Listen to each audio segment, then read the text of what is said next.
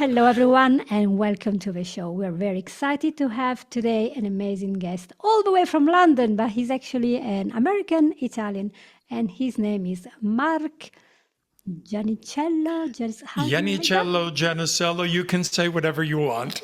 Okay, benvenuto. Welcome to the show. I'm so happy to have you, Mark. Thank you. It's a joy to be here. So, I wanted to introduce Mark because he's going to help us to get more self-reliance in our life. And how he's going to do that is simple. He's been up and down with an incredible career that he's going to talk about. And when he went down, he built his way all the way up again. And I'm telling you, from zero. So he has all the strategies and all the steps and even a book right there to help you to do exactly that, to rebuild your life, to create an amazing, glittering life. So, what does a world-renowned opera star, actor, and international producer know about self-reliance? Pretty much everything, from 50 countries where you've been performing to lots of high-stake pressure and then creative reinvention, raw survival. I mean, you know really much firsthand what happened when the curtain falls and you are in a crisis. So, let's see. Who are you, Mark? Tell me. Well, that's a loaded question. If you ask someone, who are you? It's to say, well, I define myself by my work. I define myself by my name. I am Mark Janicello. We say in America, in Europe, I say Janicello because I don't want to correct a continent. I'm an American. I was born in New York City. I grew up in Burlington, North Carolina. So I lived in the biggest city in the world and one of the smallest little towns in the world, which gave me quite a vast viewpoint. And over the course of a very, very long career, I've visited 53 countries. I've lived in 13 countries. And I've had kind of the most amazing life you can possibly imagine in both good and bad ways. So, yes, I started out as a singer, and then I became an actor, and then I became a producer and a filmmaker and a painter. This is one of my, back there, one of my babies behind me over my shoulder. And I've been told many, many times that my life reads like a spy novel, and I should actually tell people, how do you survive a life like mine? And your podcast is actually the very first time I'm doing this, Franz, so it's very exciting to be starting this journey with you. Is that enough of who I am? Yes, I think that explains a little bit that you have a background there to show that we can become creative. And that is really the title of a podcast, is to get you to create a life you want. And a lot of people, when we talk about being self-reliant, being self-sufficient, they start with all the problems ahead. And let me say, you had a lot of problems. I think that's the understatement of all time. Yeah, I don't know what you want to mention, but what can we mention here that you have overcome? Well, okay, it started like this. I was in a marriage that was very difficult, which happens to a lot of people. Unfortunately for me, I got involved with a sect, a very famous sect based in California, where a number of very high-profile Hollywood actors are also involved, actors and actresses. I don't really want to mention their name because I'm not giving them any free publicity.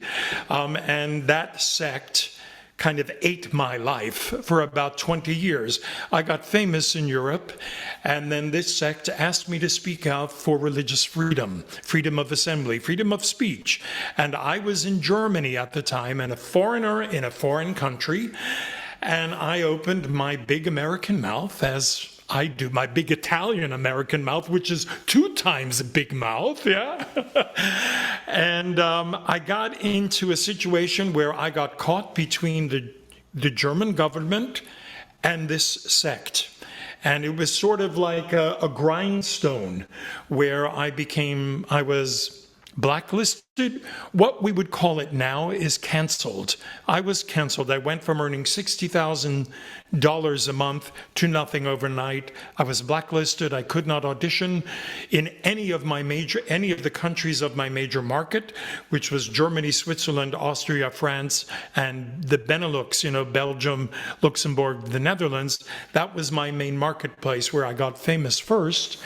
And I became a target of a hate campaign launched by a division of the German government. And it was economic destruction, and it was a career destruction. And at the same time, this sect, for whom I had stood up, left me to die. I had 2 small children who I had to pay child support for. I was going through a very, very less than amicable divorce, putting it mildly. And all of these things happened at the same time. I ended up leaving the sect with $250,000 in debt, 13 lawsuits that were being brought against me trying to attack the sect, and no help from anywhere in a foreign country, in a foreign language. And I was this close to, taking my own life a couple of times, but I had children. And the reason I stood up was for my children, so that what happened to me could not happen to them. And I thought, what kind of an example do I set for my children if I just let these guys win? I say guys, it was not an individual, it was a whole government organization. I was, in fact, 7 years running in the United Nations Human Rights Violation Report. 7 years running. And the result of all of that is that I learned to be self-reliant in a way I never thought was possible. How's that? Well, And all in one breath. in only one breath. And you can even be humorous about it so much that I think you wrote, produced, and where you were an actor in your own movie. What was the name of the movie? The movie I did is a fictionalized version of this story called The Finellis. Mm-hmm. And it's about a famous singer who ends up getting mixed up with the mob. Well, the mob in that case was actually the sect. And he goes to prison for 15 years, even though he's innocent. Otherwise, the mob is going to wipe out his family. And because, of course, I don't want to give this sect any publicity, I made it the mafia, because, of course, I'm Italian, and Italian people, they think everybody's in the mafia, like you and me. Yeah. And the movie won awards all over the world. We had 64 award nominations. We won 22 awards in 12 countries. Unfortunately, this all happened during the pandemic. So we never got to really fully capitalize on the extraordinary reception the movie got. It is available to watch in the United States on YouTube for free, and in the rest of the world with commercials, and as well as Amazon Prime, Apple TV, yada, yada, yada, yada. So guys, if you want to have some fun, I saw it. I watched it on YouTube the other day. I had a big laugh, especially those scenes of people dancing there. I was like, okay, what is that? And those stereotyped Italian pronunciation of the American accent. I was like, the American actors, they were trying to sound Italian with great difficulties. So anyway, let's go back to the self-reliance. So guys, if you by now have worked out that Mark knows how to come back literally from death almost, then you realize literally, he can give you an idea. But as I was saying before recording, one of the most interesting things is that your career went really high and then something went down. And this happens to a lot of people. They can never lift themselves up. They think they are stuck. We might even embrace a little bit of a victim mindset. This is a fault of job logs. This is a fault of the disease. This is a fault of that. But I know from my past guests that this is not the case. I have people who were diagnosed with MS, and Kevin Payne, Dr. Kevin Payne, PhD, and MS destroyed his marriage as well. But he, in one of our first episodes in 2020, he taught himself that MS was not going to take his life. He started to do jumping from airplanes, and now he's an instructor, and he's doing it on his second book now. And you can decide not what happens to you, but you can really decide what you're going to do about it, right? Yes, And exactly. Yes. you, Mark, have this aspect that you're saying we try to shrink the problem so we cope, so we sugarcoat the problem, but actually Yes. you think you want to double it. So first of all, why are we sugarcoating the problem instead of looking at that with a very brutal honesty and say, that's what's going on? Analysis. People, humanity, generally speaking, has a problem to see evil, to see an evil intention, to see somebody or an individual or an organization that is acting in a destructive way towards you, towards the planet, towards a country. It could be your husband, your wife, your mother-in-law, your son, your child. It could be anybody. We want to see people the way we want to see them instead of the way they are. And so we make excuses for them. That's what I talk about sugarcoating.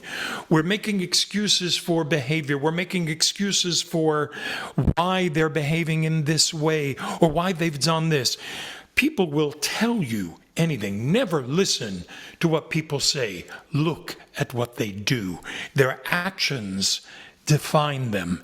And when you look at actions separate from emotion, then you can stop sugarcoating and say, wait a minute, this organization, this individual has a destructive intention toward me. They're trying to hurt me. They're trying to cause me grief or distress. And all of these things cloud your vision, because when you've got sugar, powdered sugar in front of your eyes or crystallized sugar, you can't see clearly. When you can see clearly, you know how to react. You know who you're dealing with or what you're dealing with. So you want to really see what is the situation. And so it's an analysis, not an analysis paralysis, but really see. And this is also what happens when we go to a coach. We think we have problem X, and then after talking, we realize the problem is something else. Because we were clouded by our emotions, which are part of a human experience. So the first thing we need to do is to look at the problem as it is. For example, nowadays we're in uncertain times. There could be food shortages, there could be wars, there could be prices going up, there could be unemployment. I mean, this is happening right now. And a lot of people, 20-year-old, 40-year-old, 60-year-old, they're all thinking, wow, do I have any way to survive, to make this, let alone self-reliance? And I'm an advocate for preparing the self-reliance path with clarity. So first of all, we stop sugarcoating. We start saying, okay, why did I lose my job? What was going on? What can I do now is the next question, isn't it? What can I do? What is my action plan?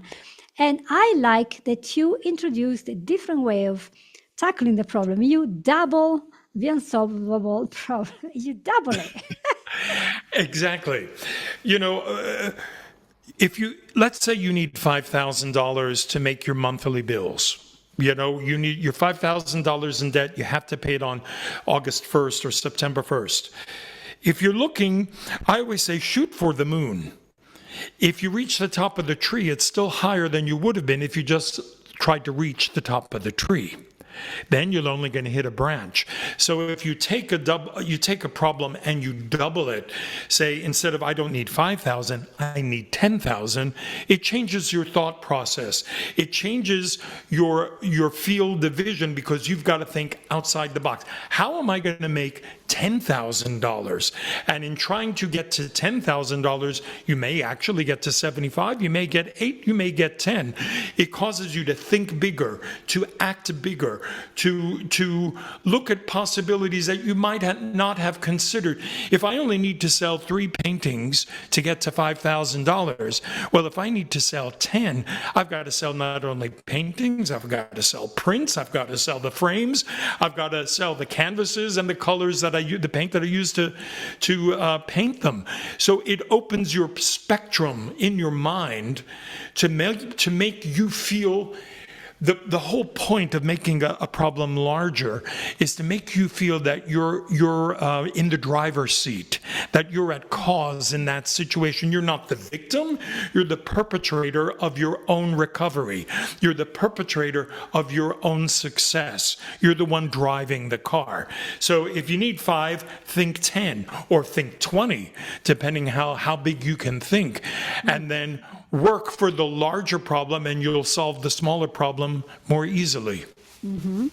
It's a great point, and you are artificially doubling the problem.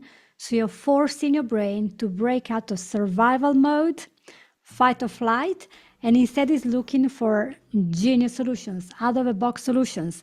And this is a big thing because, as I repeat, and this is 300 plus episodes, we have something called the reticular activating system in the brain. What does it do? It focuses on what your mind thinks that you're looking for.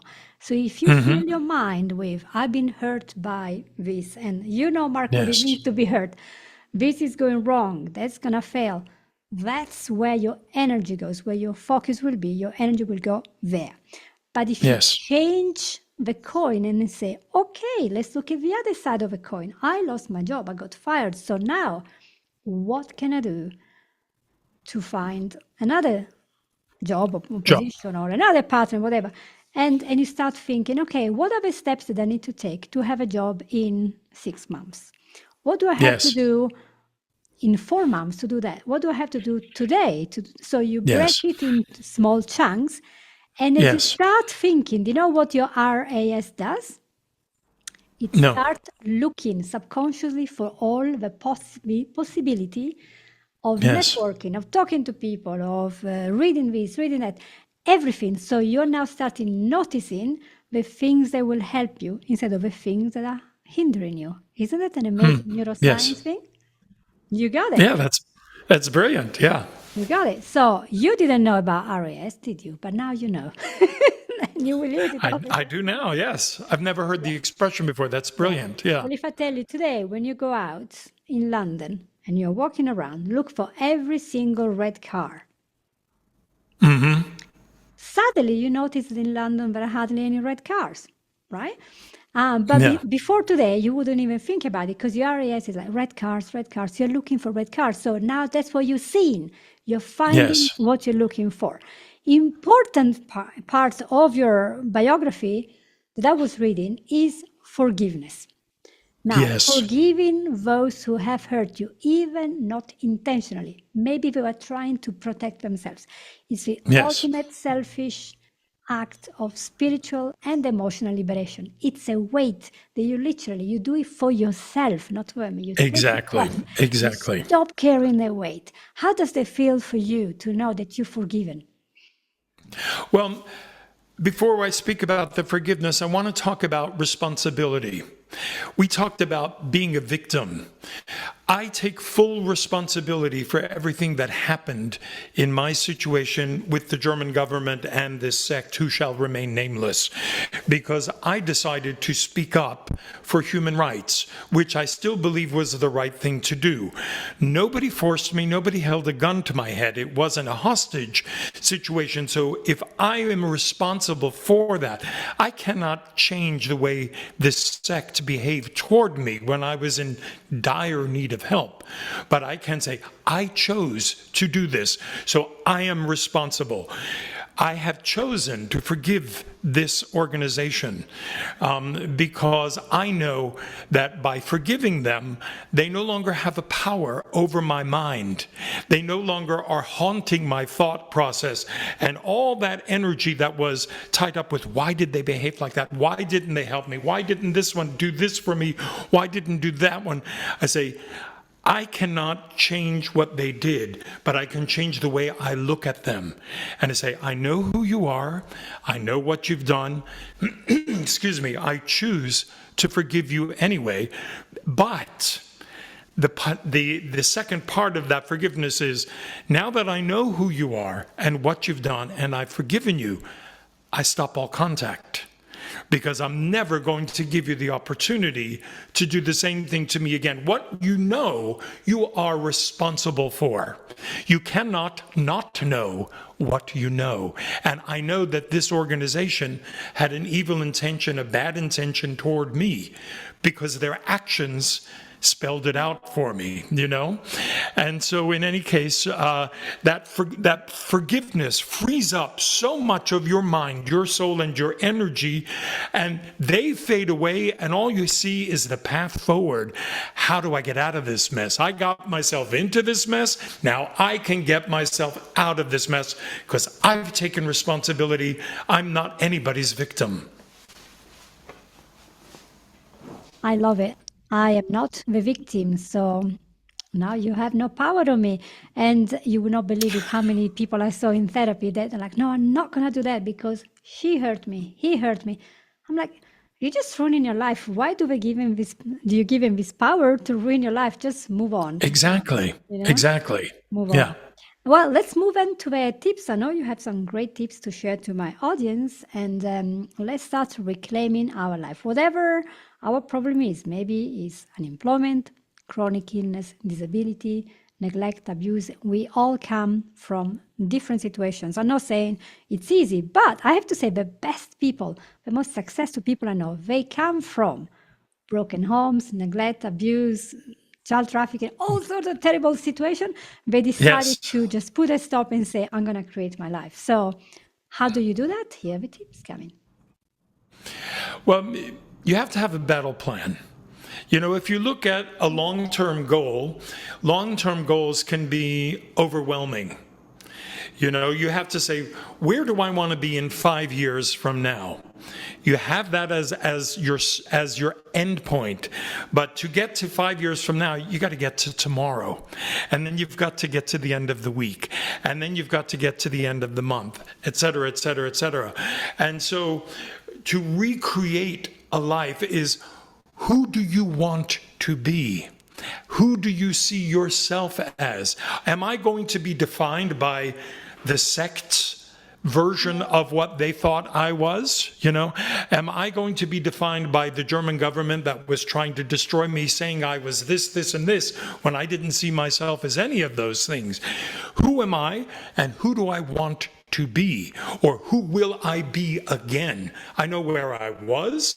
I fell from a very, very high position down to really down to the bottom of the barrel. When I left German-speaking Europe, I had to borrow $100 so I could sleep on somebody's couch in Amsterdam to get away from the problem, so I could rebuild my life.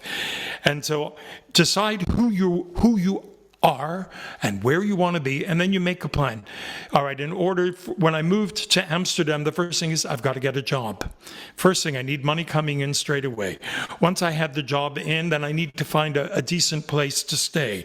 I stayed on my friend's couch for a while until I earned enough money to put a deposit down, and I luckily continued to look for jobs within my field of endeavor, even though I was a complete unknown in Amsterdam, which brings me to another point. Diversify your product portfolio. If you, again, only sold hammers all your life, and then you get into an emergency situation, the hammer market crashes, or there's no steel to make hammers, all of a sudden, you're not only going to look to sell hammers, you're going to sell screwdrivers, you're going to sell nails, screws, wrenches, pipe wrenches. They're all related to what you know, but it allows you have to step a little bit left and right outside of your comfort zone. I was an opera singer who ended up playing Elvis Presley.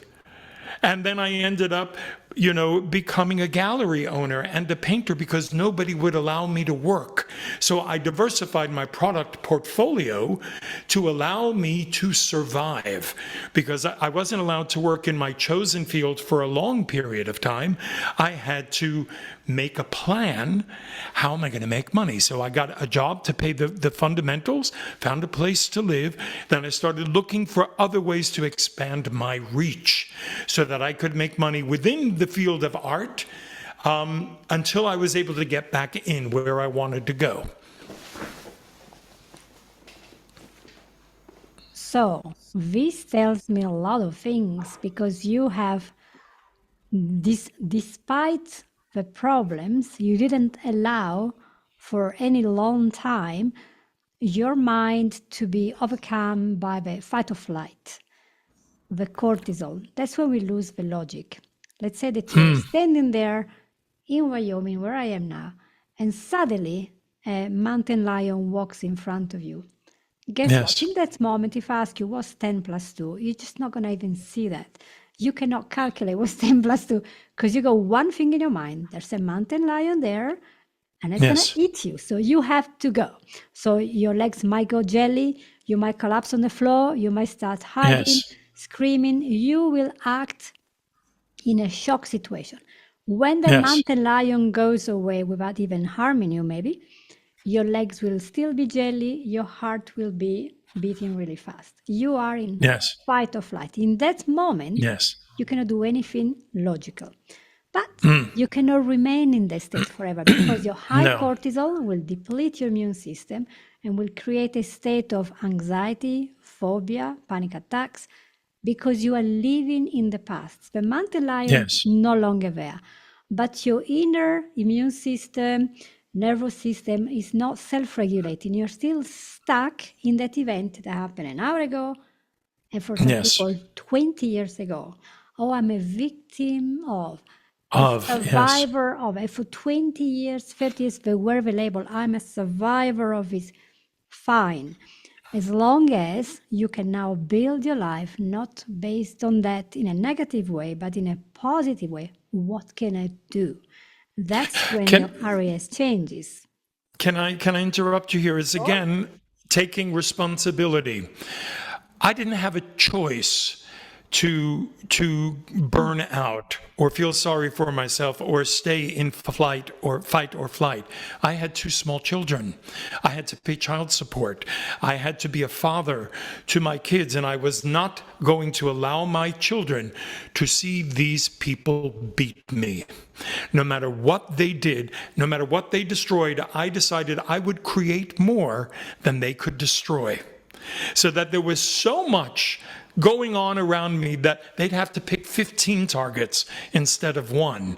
And it is, again, I took the responsibility to be a father for my children, to provide for my family, despite what I felt inside. And there were many days where you hear the echoes of, oh my goodness, is this happening because of that back then? But you shut that out and you move forward. 5 years from now, I'm going to be there and nothing is going to stop me. I love the concept. I am going to be there and nothing is going to stop me. That should be the title of your next book. True. You know, True. there is a guy that I interview. He's a Colombian lawyer, I think. Hector Quiroga. He came twice to the show, and I think his title was "Prove Them Wrong," because he went against all odds. You know, from Latin America, Yes. came to the States knowing basic English, and then he became a top immigration lawyer, helping people. And now he has an amazing office, all posh, and he helps people. He's earning well. His life is amazing. He's got a lovely wife and kids. But if he had listened to what the mindset would have told him, oh yeah, you're just poor Latin American person, you're just never gonna make it. Look, there's Yeah. poverty in some of the areas. That's all you're gonna do. Maybe you're gonna be a farmer. Who knows? Maybe you're not gonna get it. Who knows what kind of mindset he could have had in his own little Yes. area. So we have different mindset, even in our own family. Maybe we're in a thriving area, but the family, you can't do this, you can't do that. So we have to Yeah. be really careful of the voices cluttering our head all the time, telling you can't do this, you can't do that. The person who controls their mind controls their destiny. Discipline. I was an opera singer for 30 years. I sang an aria from Mozart for 8 years, every single day, until I mastered it, because I was not supposed to be able to sing it, but I wanted to sing that damn aria. And I just kept working and working and working and refining, because I knew I could. And I never allowed the other voices to infiltrate my thought process, and the discipline that gave me served me during the most difficult period of my life. I could discipline my mind to focus on the goals ahead instead of all the extraneous noise all around me. And when you've got lawsuits and you've been arrested and you've got protests against your life and death threats and everything else like I dealt with, that can be quite an undertaking to concentrate on the road ahead. But without that discipline, I would never have made it. Yeah, and discipline and motivation are not always connected in the way that we think, because sometimes I'm gonna wait until I feel good about it. I'm gonna wait until feel it's easy. Well, and it's never gonna happen. It's not how you feel it. Sometimes the energy goes there when you start walking in that tunnel. It's totally dark. You do the first step. That's how faith works as well. You do the first step, and then you see a little bit of light. You do the second step, you listen a little bit more. Once you're in, your eyes get adjusted, and now you see perfectly the whole path. But because you have not taken the first step, it looks like menacing clouds there. I'm not really sure. Yeah. If I only sang on the days that I felt like singing, I would never sing. I sing every day. I warm up because they're muscles. Muscles have to be trained. The mind is fast, but the body is stupid and slow. So you have to continually remind the body of who's the boss. And the boss is the thought process. Thoughts have power. They are senior to the physical universe. I decided I was going to be a singer long before my body knew how. And by that thought being there, that became my battle plan, my plan of action. And I took step for step for step for step until I could do it. And see, this is another question totally out of the topic, but Sure. when you were a child, you couldn't have known you had a deep tenor voice because you were a child, so your voice hadn't developed to the fullness. So how did you know when you were really young you were going to sing in that kind of... I saw Michael Jackson on television with his brothers, with the Jackson 5. And when Michael was a boy, he had a voice of an angel. Makes me sad, makes me cry when I think about it. It was so beautiful and so pure. And he was only a few years older than me. And I remember he was on either with Ed Sullivan or Diana Ross. I can't remember which show it was. And I thought, look, there's a little kid just like me, and he's singing for his life. If he can do it, I can do it. That's all I thought, and I never looked back. And I've been singing since I'm 4 years old. It's now 59 years. Porca miseria, I am so old. You're kidding me. I mean, I'm 61 and I think I'm still 21. Just my body doesn't know. I think I'm 13 in my mind, but every time I look in the mirror, I think, who the hell is that? Yeah. I think that's one of the things that people used to have this attitude that when you are past 40, life is over. You guys, life is not over at 40, 50, 60. It's your mindset that makes a huge difference in what you can do. And I see a lot of dead people, old people who are like 18. That's right. Life is over because they made one mistake, or they be dumped by a boyfriend, or they can't get a job. Yes. They don't realize the wisdom that you acquire over the years is priceless. And Absolutely. And I don't know if you watched, there was a specialist that only works with memory. He was on YouTube a few days ago, and I mean, doctor, and he was talking about memory, and he busted every single idea I had about memory. People, especially women, after 40, they lose something, they can't find it, they get distracted. Oh, I'm aging, I'm becoming old. And he said, this is pure rubbish. I'm going to show you that's the opposite. The mind gets better as you age, becomes better and better, smarter, more efficient, and can recall everything you want. The fact that you cannot remember something, sometimes it's because you had too many things going on and your focus, you couldn't focus on everything. It's called focus for a reason, because you had things to one thing. Focus. If you have 100 things, it is possible that one will drop out, because that's what people do. They go upstairs to pick up something, but they arrive to the landing, they're like, what did I come for? And they're like, oh, I really need to clean that corner. Oh, yeah, that's the book I wanted. And then, because their mind is reminded, that doesn't mean you're aging, because when my 18-year-old loses something, I don't tell her, you're aging. That's bad. I tell her, yeah, you've been distracted. Yes, So remember, the memory is important, and we keep it all alive so we can change. We can change, we can improve, exactly. and we can learn new skills every day. One of my singing teachers, Elizabeth Cole, she was a coloratura soprano. I had the great privilege to sing with some of the greatest singers in the world, with the three tenors and Sinatra and Liza Minnelli and all these amazing people. And this soprano, Elizabeth, used to say to me, "The mind is infinitely expandable. Never underestimate your ability to continue to learn till the very end of your life." And I took her at her word, and I keep expanding my consciousness, my mind. And the other thing is, fear is a terrible advisor in any situation, you know? The absence of fear is freedom. And nothing is more important to me than freedom. I stood up for it in Germany: freedom of religion, freedom of speech, freedom of assembly. And the absence of fear has given me a freedom that I never would have enjoyed had I not gone through what I went through. I would not wish my life on it, my very worst enemy, but that freedom that comes from removing fear from the thought process and saying, why not? Let's try. I'm here with you on my first podcast. I was scared coming on, but I'm having the best time now.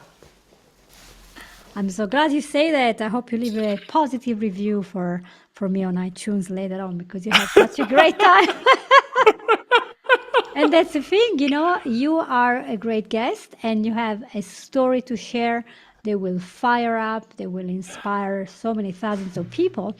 And that's my mission, is to bring this hope in the last minutes that we have left, the hope that you can create the life that you want. Get the mindset, get the tool, ask yourself what you want, why do you want it, how you want to feel, and get going. And if you have problem with that, find yourself a coach, a hypnotherapist, a mentor, a person who's done that before. Look at this podcast and get inspiration, and then act. That's my thing. One final word from you in the last 20 seconds left. Thank you for having me on. You are the driver of your own destiny. Don't let anyone convince you otherwise. Forgive them and get rid of them. Get them out of your life and make your life what you want it to be. You can change it if you're willing to do the work. Well said. Everyone, I really hope that you appreciated this chat with Mark Janicello, or Janicello, whatever you want to call it. Mark. The Italian, the crazy Italian, this one. Italian American, true Italian American. I'm British American. Oh no, actually I'm Yes. Italian, Anglo-Italian. That's my passport. So I hope you love that, and I hope to see you all very, very soon for the next episodes. But for now, click and share this episode, and I'll see you all next week. Take care. Bye. Bye.